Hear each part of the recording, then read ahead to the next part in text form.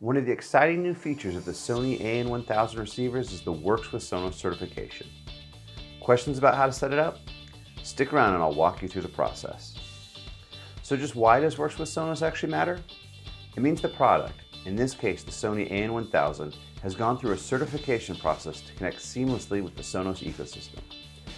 With the addition of the Sonos port, the Sony receiver can be easily integrated and controlled by the Sonos app for an even further expansion of your home entertainment experience. Connecting the Sonos port to the AN1000 is easy.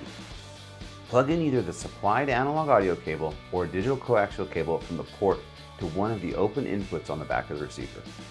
Take note of which input you are using on the receiver. You'll need that info in a later step. Once connected, plug in the power cable to your Sonos port and power on the device. The port will need to connect to your home network via Wi-Fi or a wired Ethernet connection. You'll need to open the Sonos app on your mobile device to set up the port on your home network. Now, we need to activate a few settings on the Sony receiver, so press the Home button on the Sony receiver remote to open the easy-to-use settings menu on your TV screen. Once open, you'll see a number of different options. Scroll down to the Setup option and press Select. Once this next menu opens, look for the Input Settings option and press Select. Remember that input you plugged the port into? This is where you'll label that input in the receiver itself. Scrolling through the various inputs on the screen, select the input you use and rename that input Sonos. You can also change the picture of the device that will be shown in the menu to that input for easier use.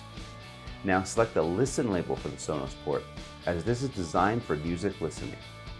Now you just need to back out to the main settings menu again and select Network Settings. From here, scroll down to Works with Sonos option and select it. Once there, select Connected Devices and then refresh to scan for the newly added port. Once found, select the port and finish the final steps. You need to select the input options and ensure that Sonos has been selected, as this is what you renamed that input in the earlier steps.